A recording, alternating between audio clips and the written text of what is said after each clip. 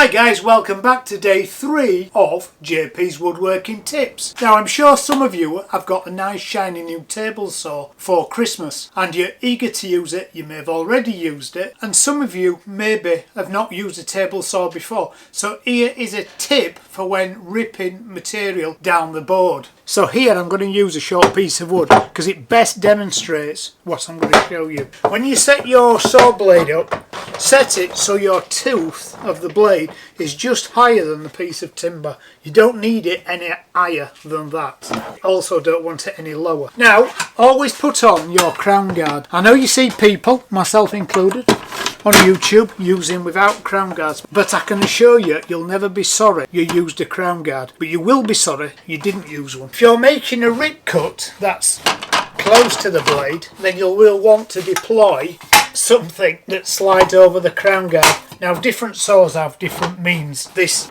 DeWalt has a little bar that slides underneath it. My Rage 5 has an extra piece that clamps on it. Set it to your width you want to cut and lock your fence off. Now you can safely make the cut. However, your saw will have come with a push stick. When you're using a short piece, it's always good to have another push stick, so when you're pushing your timber in, you can also hold it to the fence. Even better than using an additional push stick, you can also use a featherboard.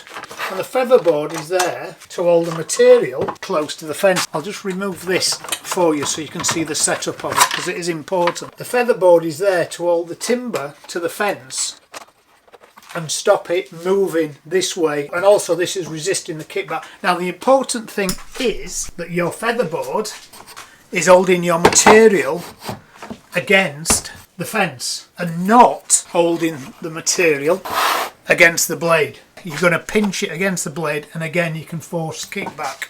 So make sure you've got your featherboard back here. And these aren't expensive. These ones I'm using here I actually bought off eBay. Let's put the crown guard back on.